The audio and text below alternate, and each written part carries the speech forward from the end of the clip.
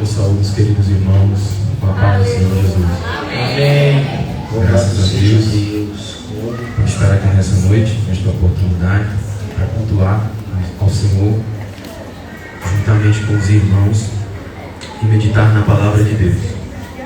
Eu quero ser grato a Deus nessa noite, pelo dom da vida, pela sua misericórdia. Convidar os irmãos a abrirem suas Bíblias no Evangelho segundo escreveu Lucas, capítulo de número 10.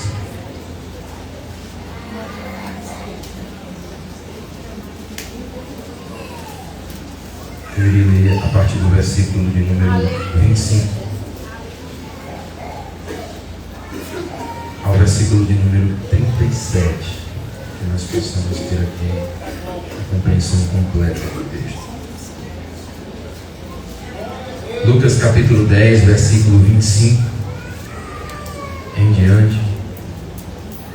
Os irmãos encontraram? Encontrou? Diz amém? Amém. Glória a Deus.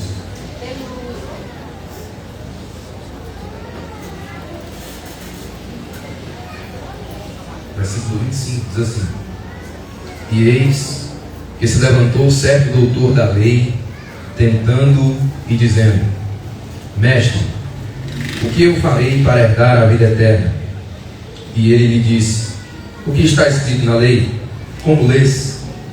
E ele respondendo disse: Amarás o Senhor teu Deus com todo o teu coração, e com toda a tua alma, e com todas as tuas forças, e com toda a tua mente, e ao teu próximo como a ti mesmo. E ele disse-lhe: Tu respondestes corretamente, faze isso e viverás. Mas ele, querendo justificar-se a si mesmo, disse a Jesus: E quem é o meu próximo? E respondendo Jesus disse: Um certo homem descia de Jerusalém para Jericó, e caiu entre ladrões, os quais o despojam e o feriram e partiram, deixando-o quase morto. E por acaso descia pelo mesmo caminho um certo sacerdote, e quando ele o viu, passou pelo outro lado. E assim também um levita, quando chegou ao lugar e o viu, ele passou pelo outro lado. Mas um certo samaritano, estando de viagem, veio até ele, e vendo, teve compaixão dele, e aproximando-se dele, atou-lhe as feridas, derramando nelas azeite e vinho, e pondo sobre seu próprio animal, levou para uma hospedaria e cuidou dele.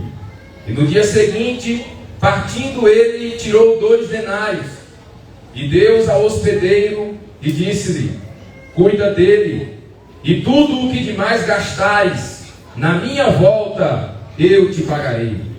Ora, qual destes 3 te parece que se tornou o próximo daquele que caiu entre os ladrões? E ele disse: O que mostrou misericórdia para com ele. Então disse Jesus: Vai e faze tu do mesmo modo.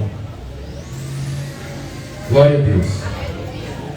Irmãos, eu sou grato a Deus por estar aqui nessa noite e ter a oportunidade de meditar na palavra do Senhor com os irmãos.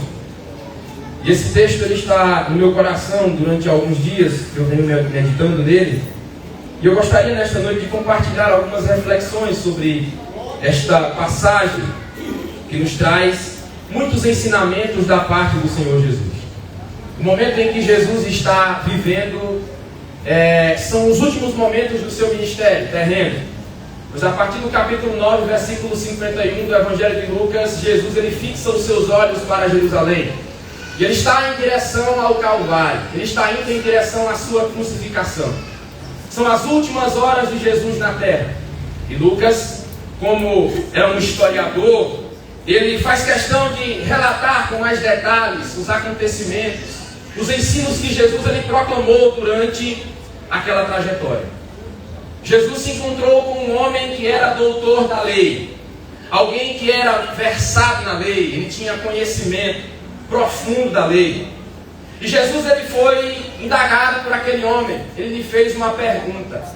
Ele perguntou: Senhor, o que eu devo fazer herdar a vida eterna.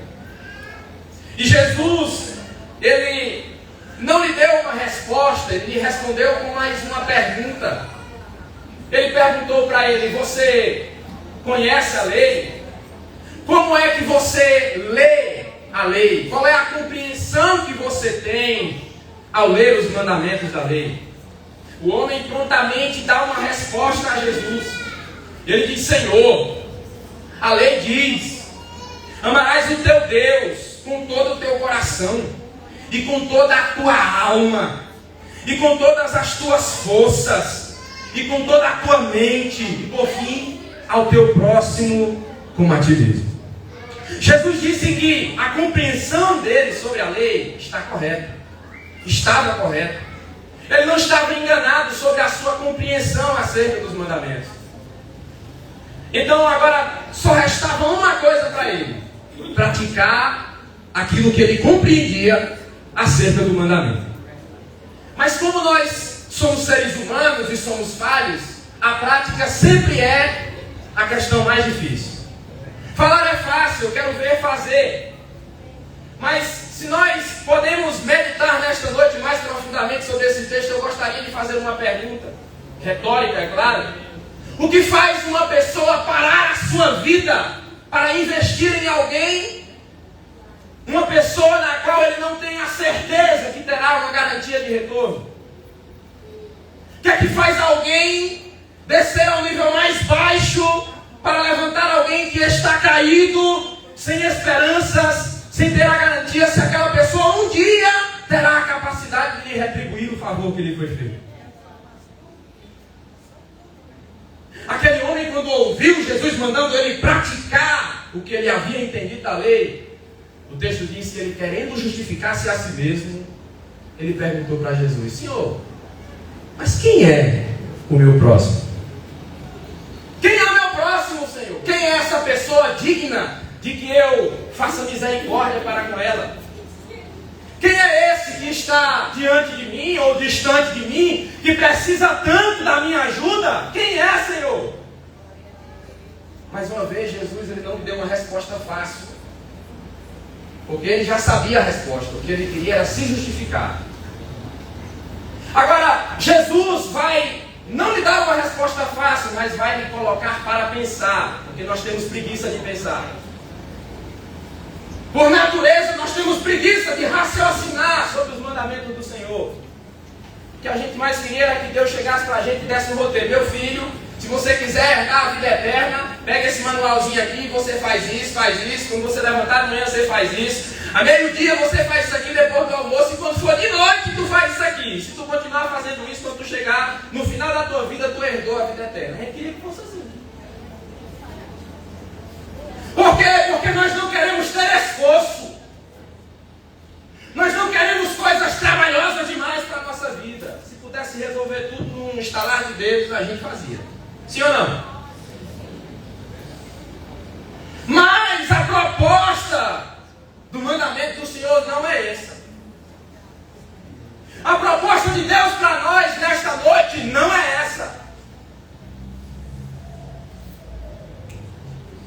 Jesus olhou para aquele homem e começou a contar uma parábola para dar a resposta para ele. Essa parábola ela é contada para dar uma resposta a uma pergunta: quem é o meu próximo? Jesus olhou para o homem e disse assim: faz o seguinte, escuta essa história. Tinha um homem que saiu de Jerusalém em direção à cidade de Jericó. E naquele caminho ele foi surpreendido por ladrões que despojaram ele, roubaram ele, tomaram tudo o que ele tinha, espancaram ele, bateram nele e deixaram ele quase morto. Quando Jesus começou a contar a parábola, a história para ele, a parábola para ele, quando ele fala sobre o caminho de Jerusalém para Jericó, ele está criando um cenário na cabeça dos seus ouvintes. Pois da cidade de Jerusalém para a cidade de Jericó, o caminho, aquele caminho, ele era perigoso. A cidade de Jerusalém ela ficava mais alta que a cidade de Jericó, cerca de 800 metros acima do nível do mar. A distância era uma distância de cerca de 27 quilômetros de descida, ladeira. Como se não bastasse a distância. A estrada era cheia de curvas, rochas, cavernas, onde os ladrões se escondiam para montar emboscada para os viajantes que passavam naquela estrada. Então, quando Jesus fala estrada de Jerusalém para Jericó, eles entendem, é o caminho de sangue, é a estrada perigosa.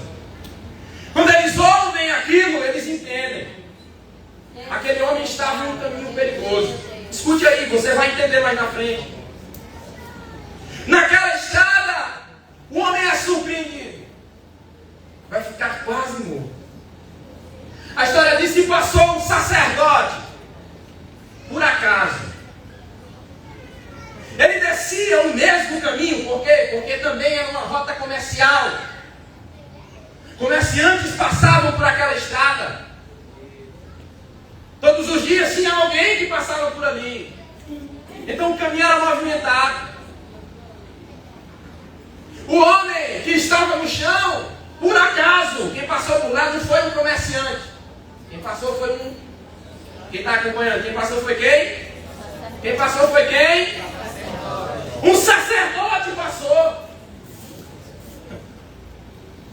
No cenário normal, se é um sacerdote que está passando, é um homem de Deus. É alguém que na nossa mente tem a solução para o problema do homem que está caído no chão.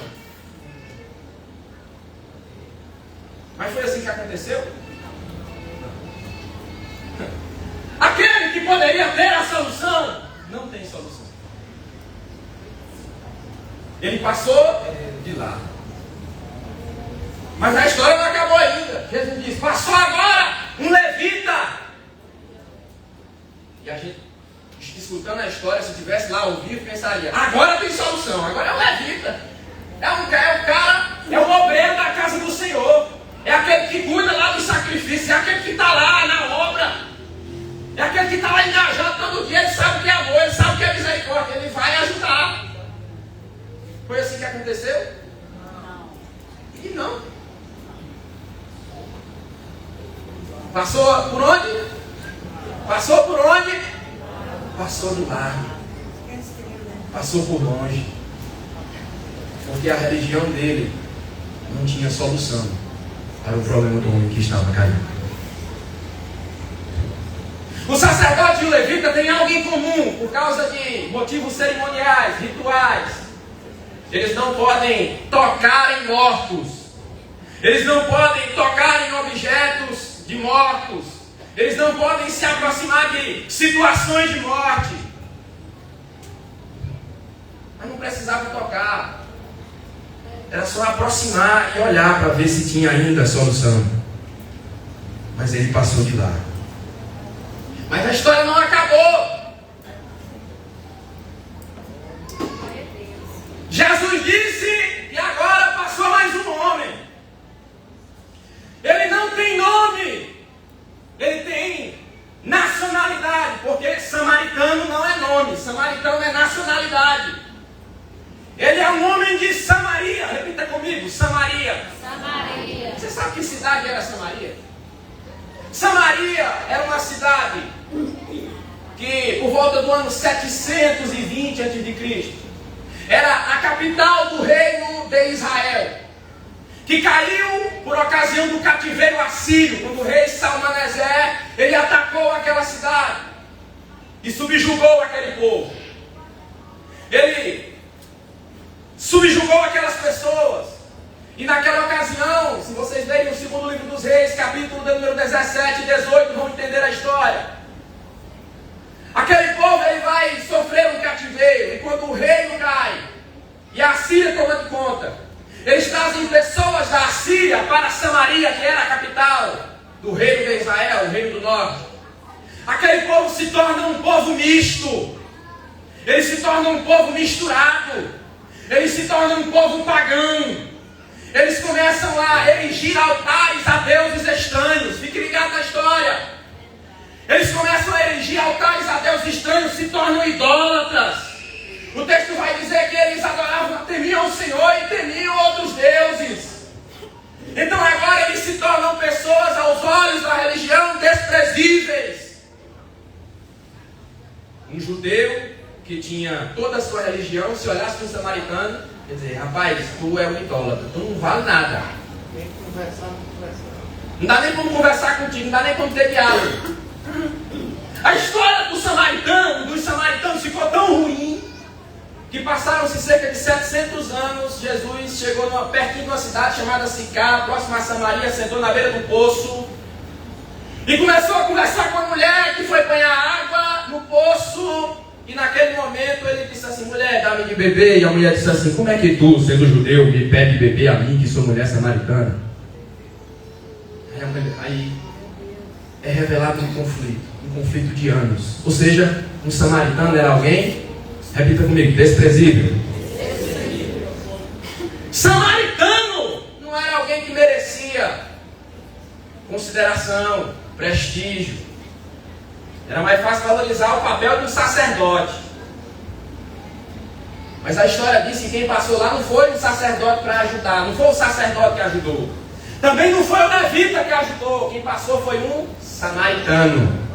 Quem viu o homem caído e se abaixou, se aproximou, foi um samaritano. Sabe o que é isso? O samaritano nessa história aqui é o improvável. Sabe por quê? Porque Deus, Ele também usa os improváveis para resolver situações que você acha que não tem solução. A gente acha que a nossa religião ela é capaz de resolver problemas, mas religião sem ação não resolve nada. O samaritano é o improvável de Deus.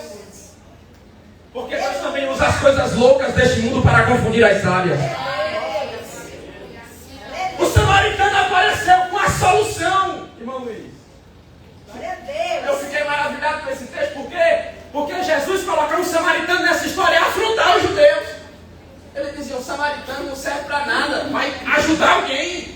Glória a Deus. Mas quem apareceu para ajudar não foi um judeu, foi um samaritano. Foi um samaritano que apareceu. Por quê? Porque quando Deus ele quer resolver a situação de alguém, nem que seja um samaritano para ajudar, mas ele levanta alguém para levantar outro que está caído. Nessa noite, Deus vai levantar um samaritano para resolver a situação de alguém. Porque Deus usa os improváveis.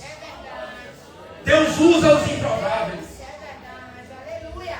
O samaritano é o improvável. Aleluia, Deus. Aleluia. Samaritano não tem condição de resolver a situação de ninguém, mas aleluia. aquele que recebeu o amor de Deus no seu coração, ele não precisa de uma circunstância favorável para ser usado por Deus. Ele só precisa ver a necessidade.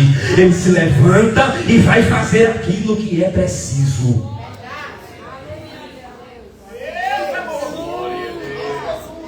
Isso é um tapa na nossa cara, irmão. Verdade. Glória a Deus. Aleluia. Porque às vezes a gente, cristão, que era para ter a solução na mão, passa pela situação e muitas vezes não tem, meu pastor. Verdade. Não é questão de não saber fazer, não é questão de não ter as condições, porque o problema do sacerdote não é ter condição, é ter compaixão. O problema do sacerdote não é que a situação não é favorável, ele não quis nem olhar direito para saber se ainda tinha solução na vida do homem. Ele só passou de lado. Não olha para o lado não. É com você mesmo que eu estou falando. Será que você não passou pertinho de alguém que estava caído na estrada essa semana? E eu uso isso das formas mais diversas possíveis. Porque para a pessoa estar caindo não é necessário que ele esteja bêbado nem caído na calçada, não. Às vezes você sabe que a situação da pessoa está difícil. Mas a grande pergunta é: você é capaz de parar? Aleluia, Jesus. Não é necessária eloquência, irmão, para poder entender isso aqui. Eu só quero saber nessa noite se você é capaz de parar nessa noite para poder olhar para a situação do seu irmão que está do seu lado. Porque o culto de domingo é maravilhoso. O culto de domingo só tem glória. Mas o irmão que está do teu lado, qual é a situação dele? Pergunte aí, meu irmão, você está bem? Pergunte. Como é que está a tua alma nessa noite? Glória a Deus. Aleluia.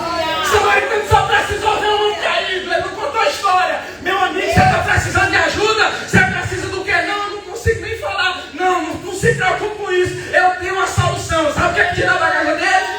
Azeite e vinho. Ele abre a bagagezinha, olha para as feridas do homem, começa a lavar. Opa, precisa lavar, vou lavar. Eita, precisa aqui colocar uma atadura, vou colocar a atadura, vou deixar no jeito. Não, mas não posso deixar aqui. O que é que eu faço? Não, eu tenho aqui um animal, vou pegar você, vou colocar em cima e vou te levar para um lugar e vou cuidar de você, porque eu não vou deixar você cair daqui no chão. Qual é a situação do teu irmão nessa noite? Qual é a situação daquele que está do teu lado nessa noite? Por que, irmão, se eu estou dizendo isso? Porque a resposta do homem para Jesus é: Senhor, o que a lei manda é amar o Senhor com toda a força, com toda a mente, com todo o entendimento. E enquanto nós estamos falando do nosso relacionamento pessoal com Deus, está tudo bem.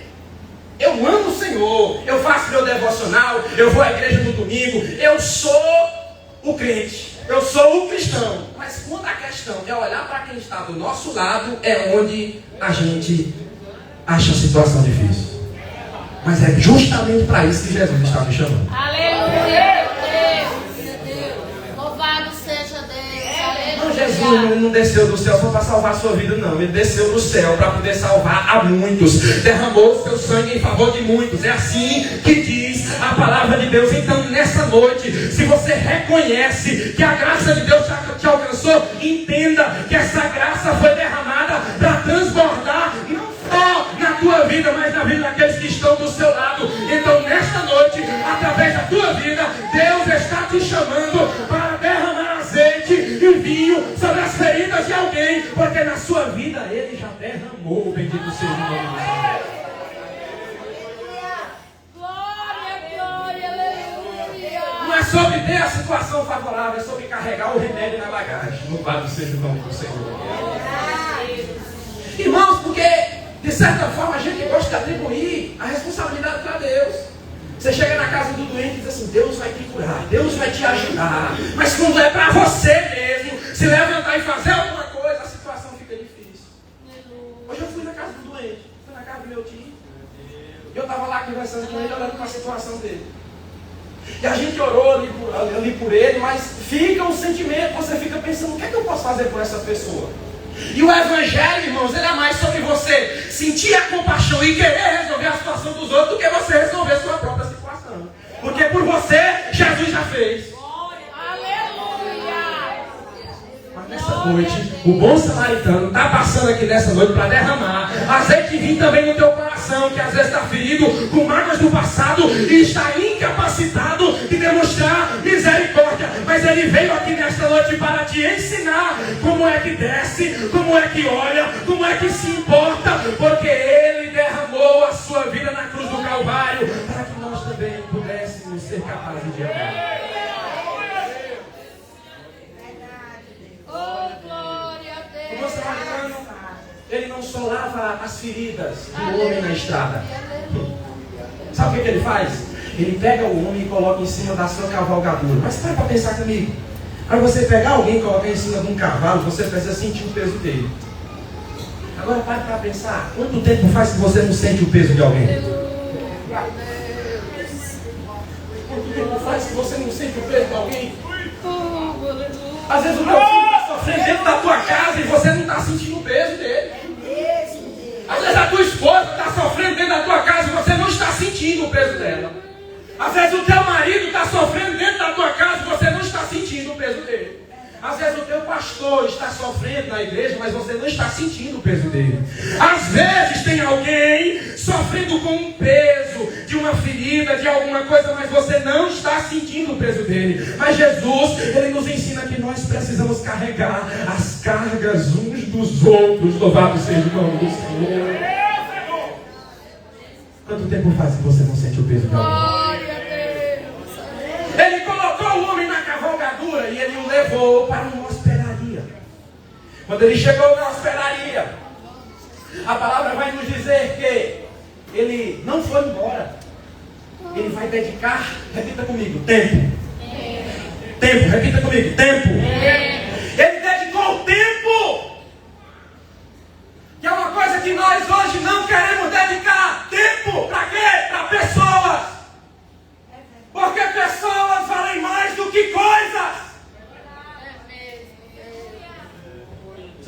você ou eu estamos nos preocupando mais com as coisas desta vida do que com as pessoas que estão ao nosso redor. Aquele homem vai para a estalagem, ele não deixa o homem lá, ele cuida dele. A Bíblia diz que ele só vai embora no dia seguinte. Ele toma um tempo. Irmãos, porque tem gente que o problema dele não vai ser resolvido na hora. Tem gente que a situação dele precisa de um tratamento, precisa de uma observação, precisa de um acompanhamento. E para isso é necessário tempo. E a gente pensa que a pessoa aceitou Jesus e no outro dia está mil maravilha. E não é assim. Meu pastor aqui que cuida de gente, tem muitos anos, sabe como é. Tem gente que é necessário tempo. Só que tem uma coisa. Quem poderia ter esse pensamento de que era necessário tempo para ajudar o homem era um sacerdote. Mas ele não queria nem parar. Porque ele não queria gastar, repita comigo, tempo. Ele não queria gastar tempo. Mas um homem desconhecido, que não tem nome, mas tem uma nacionalidade desprezada, ele tem tempo para investir em alguém. Eu te pergunto, você tem tempo para investir em alguém? Às vezes a gente tem tempo para ensaiar o hino bonito que a gente quer cantar no domingo. Preparar o sermão maravilhoso que você quer pregar para todo mundo dar glória, mas você não tem tempo para cuidar de alguém. É verdade. Porque a questão não é só pregar. É desse jeito. Tem que cuidar também, tem que discipular, tem que ensinar. Quando Jesus mandou os discípulos para pregar o Evangelho, Mateus 28, versículo 19, ele diz: e fazer discípulos. Fazer um discípulo não é acordar a noite do dia. Todas as nações. Dedicar tempo. Quanto tempo você tem para investir em uma aula? Quanto tempo você tem para investir em uma vida? Ou você está mais preocupado com seus estudos? Não, eu tenho que estudar, tenho que passar na faculdade. O fulano eu ajudo ele depois.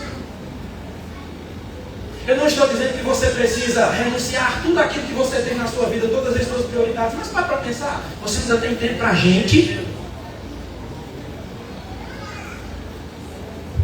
Um dia alguém investiu tempo em você. É verdade.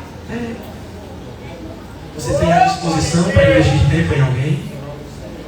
Não, mas meu tempo de ajudar a pessoa já passou. Não, enquanto você estiver vivo, Deus ele vai lhe dar graça para você ajudar alguém. Só basta você se dispor e a graça de Deus vai continuar sendo derramada, porque o fluxo da graça é um fluxo infinito que continua sendo emanado do trono de Deus, e ele vai enchendo a tua vida, e ele vai te dando graça, e ele vai te ajudando, você vai ensinando, a pessoa vai se firmando e o nome do Senhor vai sendo glorificado. Bendito seja o nome do Senhor.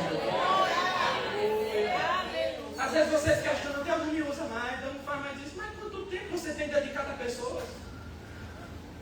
Eu fui professor da escola dominical há 20 anos atrás, era tão bom. E você fica só nessa história. No tempo tal eu fazia, no tempo tal eu fui, no tempo isso eu fui aquilo. E hoje quem é você?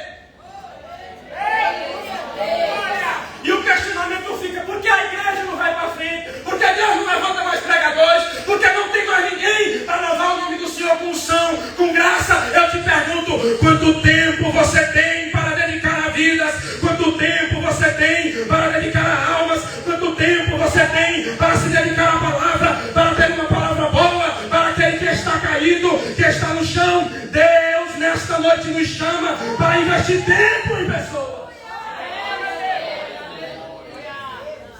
Precisamos investir. Glória a Deus. Deixa eu correr. Tem só 2 minutos. Pastor, deixa eu deixar 10 minutos. Para finalizar, o resto eu prego outro dia. Sabe o que é que Deus está nos chamando aqui nessa noite? Aleluia, meu Deus. Ele está nos chamando para investir em pessoas sem esperar, sem ficar calculando quanto é que nós vamos receber em troca. Porque quando foi para ele morrer na cruz do Calvário, ele não ficou calculando o que era que ele ia receber. Paulo disse em Romanos capítulo número 5, depois ali do versículo 5 em diante, que é provável que alguém tenha a coragem de morrer por um que é bom, e é até difícil que alguém morra por um que é justo, mas Jesus, sendo nós ainda pecadores, ele se entregou a si mesmo para nos comprar com seu próprio sangue. Deus quer que você invista em pessoas, Deus quer que você invista em vidas. Se você faz parte da liderança, Deus quer que você invista em vidas. Os eventos você faz e passa, mas as vidas é o que é importante.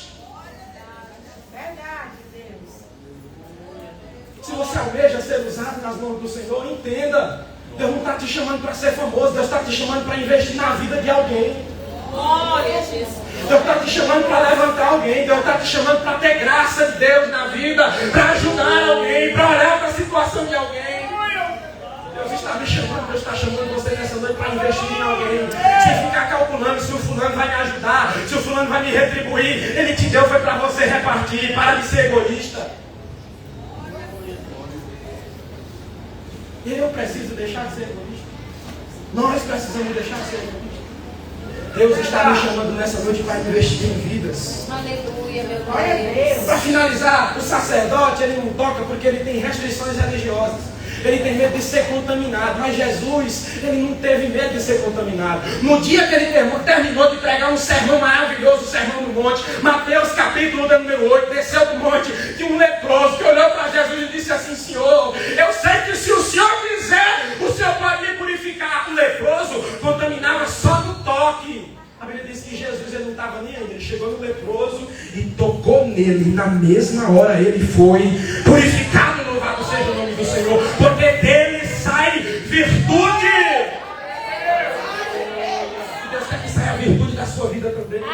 A mulher do fluxo de sangue, só em tocar nas pessoas, elas se tornavam impuras. No dia que ela rompeu uma multidão e tocou em Jesus, não foi Jesus que ficou impuro, foi ela que foi purificada. Jesus disse assim: quem foi que me tocou? Senhor, a multidão te aperta. Como é que o Senhor pergunta quem foi que te tocou? Ele disse: não estão me apertando, não. Fizeram foi me tocar porque eu sei que de mim saiu virtude, poder de Deus para a restauração. Porque quando Jesus ele toca naquilo que é impuro, não é ele que é maculado pelo pecado, mas ele faz a transformação.